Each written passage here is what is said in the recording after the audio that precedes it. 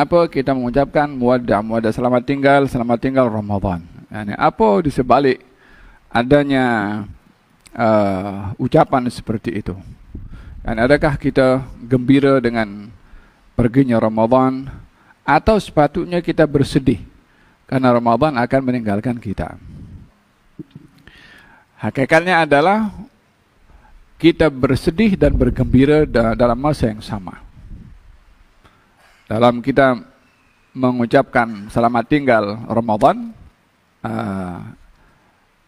muhasabah yang perlu kita fikir adalah kita bersedih dan kita bergembira. Adapun kita bersedih disebabkan oleh kerana kebaikan yang diberikan oleh Allah di bulan Ramadan yang tidak ada pada bulan-bulan dan hari-hari yang lain, tidak lagi akan diberi dengan perginya Ramadan. Kalau kita punya ibadah salat fardu di bulan Ramadan, dilipat kali gandakan salat fardu yang kita lakukan di bulan Ramadan. Selepas perginya Ramadan, kita punya salat fardu macam biasa lagi. Kalau salat sunnah di bulan Ramadan, pahalanya sama dengan salat fardu di luar bulan Ramadan, perginya Ramadan, salat sunnah akan kembali seperti sedia kala. Kalau kita punya tasbih, kita punya tahmid, kita punya tahlil, kita punya salawat, dilipat gandakan pahalanya di bulan Ramadan dengan perginya Ramadan, maka tidak lagi mendapatkan pahala seperti itu. Maka dengan kehilangan pemberian yang begitu besar diberikan oleh Allah yang ada di bulan Ramadan, kita tidak lagi mendapatkannya dengan perginya Ramadan. Di situ kita bersedih disebabkan oleh karena tidak mendapatkan pemberian-pemberian tersebut.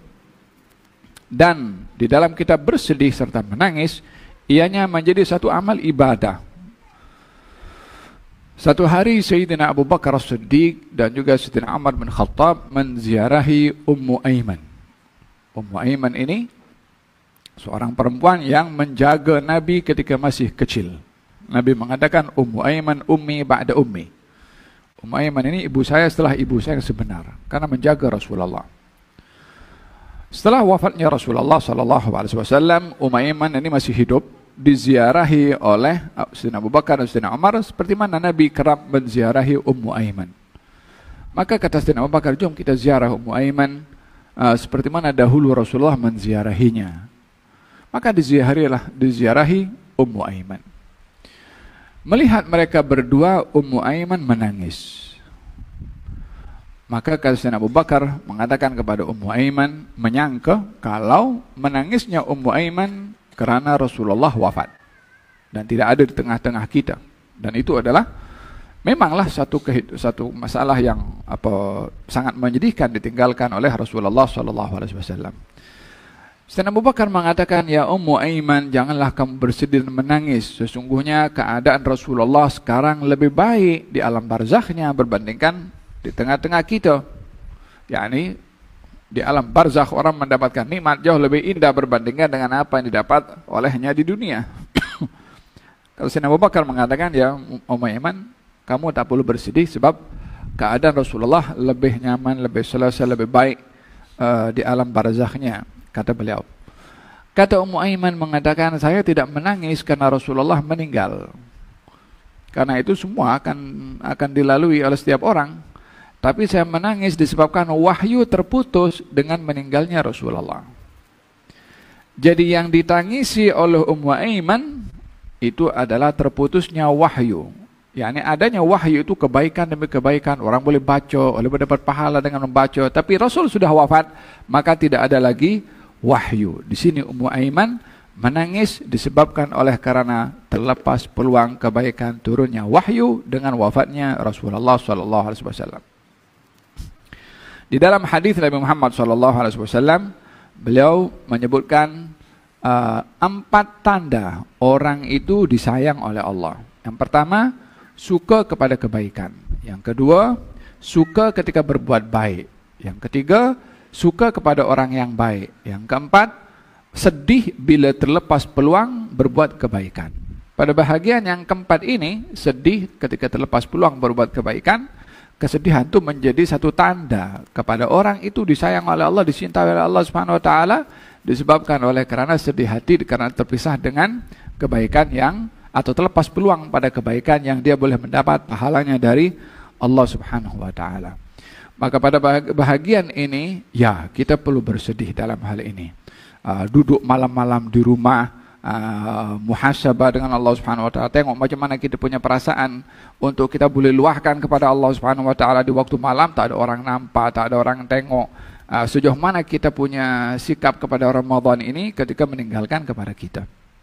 Kita perlu duduk dengan Allah Subhanahu wa taala, tak ada orang tahu, mungkin depan orang ramai, duduk dengan Allah Subhanahu wa taala.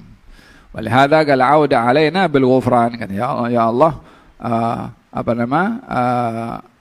kami ucapkan selamat tinggal kepada Ramadan dan mudah-mudahan Ramadan ini kembali ya, ke bulan Ramadan akan datang dengan membawa pengampunan. Yakni selama sampai Ramadan akan datang kita diampunkan oleh Allah Subhanahu wa taala. Di sini kita mengucapkan selamat tinggal, pada masa yang sama kita berharap jumpa lagi Ramadan di masa akan datang. Itu pada bahagian yang pertama kita bersedih. Pada bahagian yang kedua kita bergembira bila perginya Ramadan atau berakhirnya Ramadan. Kegembiraan ini dilihat daripada hadis Nabi Muhammad SAW juga. Lisa'im farhatan, bagi orang yang berpuasa ada dua kegembiraan. Al farhatun inda fitrihi, bergembira ketika hari dia berbuka.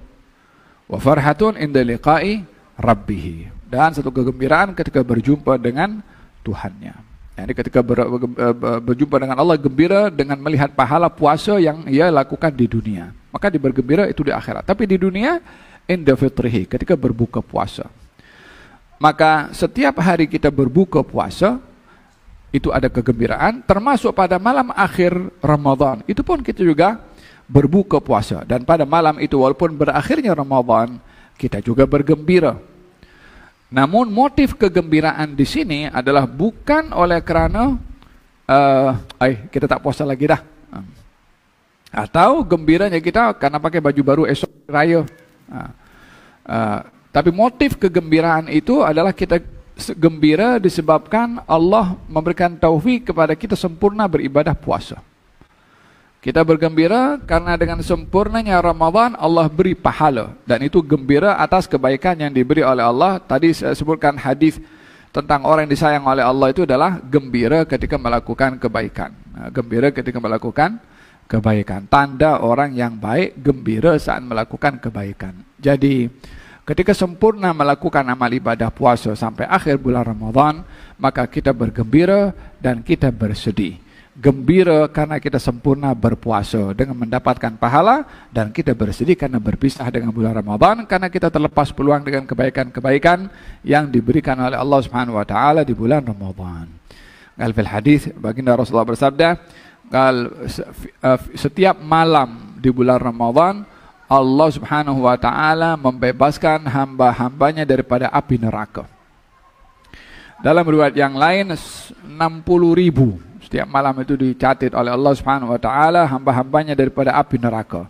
Dan bila malam Idul Fitri, malam hari raya selesai Ramadan, sejumlah semua mereka yang dicatat oleh Allah untuk dibebaskan daripada api neraka, dicatat sejumlah itu 2 kali ganda oleh Allah Subhanahu wa taala untuk dibebaskan daripada api neraka. Bila? Pada malam hari raya Idul Fitri. Kata sahabat, adakah itu malam Lailatul Qadar?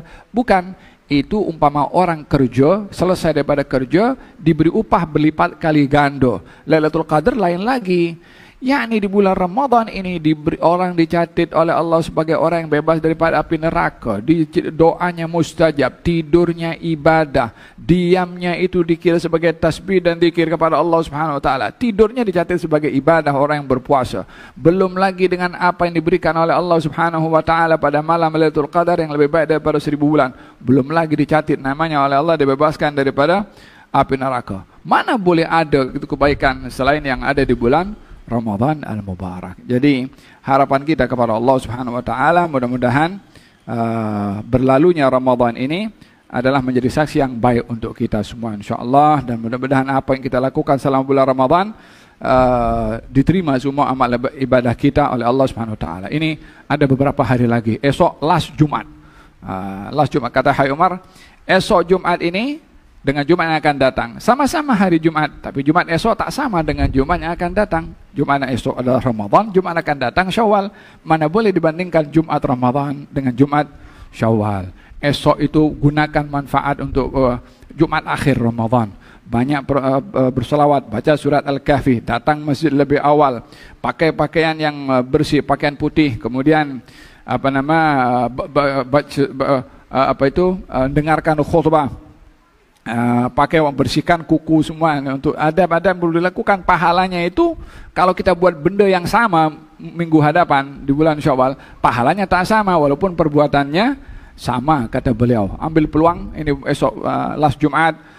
Kita ada beberapa hari lagi, Jumat, Sabtu, Ahad, Allah alam hari raya bila. Masih ada dalam 3 hari ini kita masih dalam suasana Ramadan. Khitamuhu miskun, yang menjadi penentu itu di penghujungnya.